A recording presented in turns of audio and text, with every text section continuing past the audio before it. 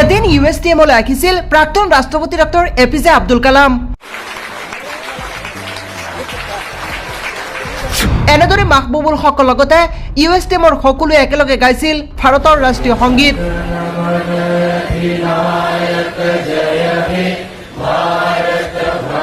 আচাৰ্য Mahbubul হকক APJ Abdul কালামে দিছিল ধন্যবাদ।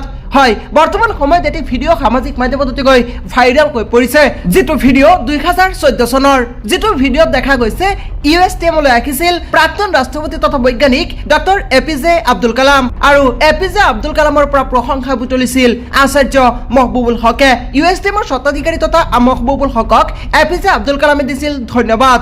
এনেদৰে মাহবুবুল হকৰ লগতে USTMৰ সকলোৱে গাইছিল একেলগে ভাৰতৰ ৰাষ্ট্ৰীয় সংগীত, যিটো ভিডিঅ' সামাজিক মাধ্যমত বৰ্তমান সময়ত ভাইৰেল হৈ পৰিছে।